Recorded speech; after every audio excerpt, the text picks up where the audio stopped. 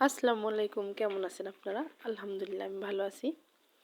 তো এই তো এখন কিন্তু আমি কলা নিয়ে বসে গেছিলাম। কলা-টলা কেটে ধুয়ে সবকিছু রেডি করে রান্নাঘরে চলে আসছি। আর অলরেডি কিন্তু রান্নাও শুরু করে দিছি। তো ওই পাশে আমি কড়ায় মাছ ভাজা করতে দিছি। আর এখানে কিন্তু মাছে নুন হলুদ মাখাইয়া রাইখে দিছি। মাছ ভাজা করছি। তেলাপিয়া মাছগুলো ভাজা করে নেব। আর ট্যাংরা মাছগুলো শুধু ঝোল করে নেব। একটা টমেটো দেব।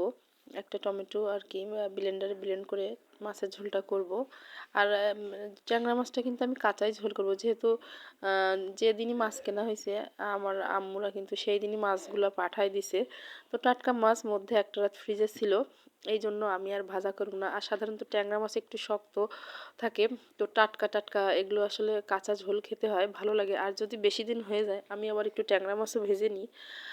তো এই তো ট্যাংরা মাছ ঝোল করার জন্য আমি কিন্তু পেঁয়াজগুলো ভেজে নিচ্ছি। আর পেঁয়াজগুলো অনেকটাই লাল হয়ে গেছে, আর এর ভিতরে আমি টমেটো বাটাটা দিয়ে দিলাম। আর আদা বাটা, রসুন বাটা, আর একটু পেঁয়াজ বাটা দিলাম। আর একটু জিরা বাটাও দেব। আসলে অনেক দিনই জিরা বাটা করা হয় না, জিরা গুঁড়ো করে রাখি। আর আজকে হচ্ছে আমি এই যে মাছের ঝোলটার জন্য স্পেশাল করে আবার একটু জিরা বাটা করলাম। আসলে সময়ের সাথে মানে পেরে উঠি না আর কি, এক কথায় সব কিছু মিলায় রান্না বাড়া করা, আবার এই যে ডিউটি করা, আবার বাচ্চাদের স্কুল আছে ওদেরও গুছাই দেওয়া, সব কিছু একা করতে হয়, অনেক কষ্ট হয়ে যায়। তো এই ভিডিও আসলে আমার এই চ্যানেল খোলার কোনো ইচ্ছা ছিল না, কারণ গতবার একটা চ্যানেল আমরা খুলছিলাম, সেই চ্যানেলটা আসলে আমার হারাই গেছে। তো সেটাতেও কিন্তু আমার ৭৪টা সাবস্ক্রাইবার হয়েছিল। যাই হোক, সেটা গেছে, তো আর করার ইচ্ছা ছিল না। তো ইরিনার বাবা আবার বললো যে না, আরেকটা ভিডিও করো, আমি ভিডিও করে দেবো, যেহেতু বাসায় থাকি। তো তার কথা শুনেই করা। তো সে তো বাসায় থাকে না সব সময়, এখন তো সব সময় প্রায় বাহিরেই থাকে। আগে কিছুদিন সে ব্যবসা করছে, সেই সময় বাসায় থাকতো, আর এখন আর থাকেও না। তো যাই হোক, এই তো দেখেন আপনাদের সাথে কথা বলতে বলতে মাছটা কিন্তু আমার ঝোল করা শেষ। আর এর ফাইনাল লুক দেখেন, দেখতে কতটা সুন্দর হয়েছে। আর আর ঝোল কিন্তু একটু আছে, অনেক বেশি ঝোল কিন্তু আমি কমাইনি, একটু ঝোল রাখছি। আর এখন একটু জিরার গুঁড়াও দিয়ে দিলাম, জিরা বাটাও দিছি, আর সামান্য একটু গুঁড়াও দিয়ে দিলাম। আর ওই পাশে আমি কলাটা রান্না করব, সেই জন্য সব কিছু আবার ওই পাশে দিয়েও রেডি করছি। তো জিরার গুঁড়া এখানে একটু বেশি পড়ে গেছে, তাই আবার একটু খুন্তি দিয়ে ঝোলের সাথে মিশাই দিলাম। আর মাছগুলো কিন্তু বেশ বড়, আর মাছে খুব ডিম হয়েছে, মোটা মোটা ডিম। আর ডিমওয়ালা ট্যাংরা মাছ শীতকালে পাওয়া যায়, খেতেও ভীষণ মজা লাগে। তো এই তো কলাটাও রান্না করতে চলে আসলাম।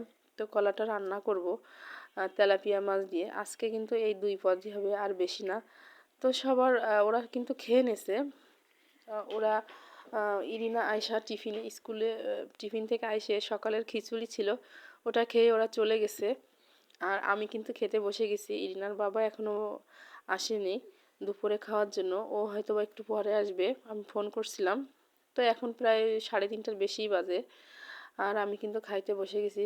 তো এই যে দেখতে পাচ্ছেন মাছের ডিমটা কি সুন্দর, কতটা লোভনীয়। আর অনেক মোটা মোটা ডিম হয়েছে, আর মাছটা মাশাল্লাহ এত মজা। আর ঝোল করার পরে যে এত বেশি মজা লাগছে, আমি তো খেয়ে তো পুরো মানে মাছের ঝোলটা দিয়ে ভাত খেয়েছি বেশিরভাগ। পরবর্তীতে আমি কিন্তু আর কলার তরকারি দিয়ে খাইনি। আর এখানে যে ভাতটা আছে সেই ভাতটাই আর কি খাচ্ছি। আসলে ওজন বেড়ে যাচ্ছে খেয়ে খেয়ে, ভাবছি যে খাওয়া কমাই দেব, তো খাওয়া কিন্তু আসলে কমানো যাচ্ছে না, শীতকালে আমার মনে হয় আরও ওজন বাড়ে। তো যাই হোক, খাচ্ছি, শীতের এই কয়দিন খেয়ে নিয়ে পরে আবার খাওয়া কমাই দিতে হবে। আর এই যে এখানে আমি একটু কাঁচা ঝাল আর লেবু নিয়ে নিছি। কাঁচা ঝালটা নিয়েছিলাম, আমার একটু ঝাল খেতে ইচ্ছে ছিল, কিন্তু মাছের ঝোলটা যে এত মজা হয়েছে মনে হচ্ছে না ওর সাথে আর কোনো কিছু নিই আমি, তাহলে মনে হয় মাছের ঝোলের টেস্টটা মানে অন্যরকম হয়ে যেতে পারে। সেই জন্য লেবুটা, কাঁচা লঙ্কাটা মনে হচ্ছে একটু নিই ভেঙে, আবার ভাবলাম যে না। তো এখানে মাছের ঝোলে যে সিদ্ধ ঝালগুলো আছে সেটা থেকে আমি আবার একটু ছাড়াই নিলাম।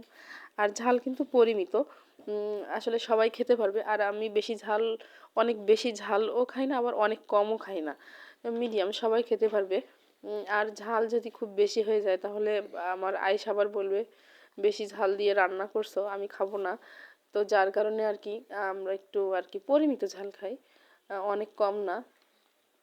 আর যদি কখনো বেশি ঝাল খেতে ইচ্ছা করে তাহলে একটু শুকনো ঝাল টাল ভাজা করে নিই। তো যাই হোক ভিউয়ার্স, আমার আজকের ভিডিও এই পর্যন্ত। সবাই ভালো থাকবেন, সুস্থ থাকবেন, আর অবশ্যই আমার চ্যানেলটিকে সাবস্ক্রাইব করবেন এবং লাইক কমেন্ট করতে ভুলবেন না। আল্লাহ হাফেজ।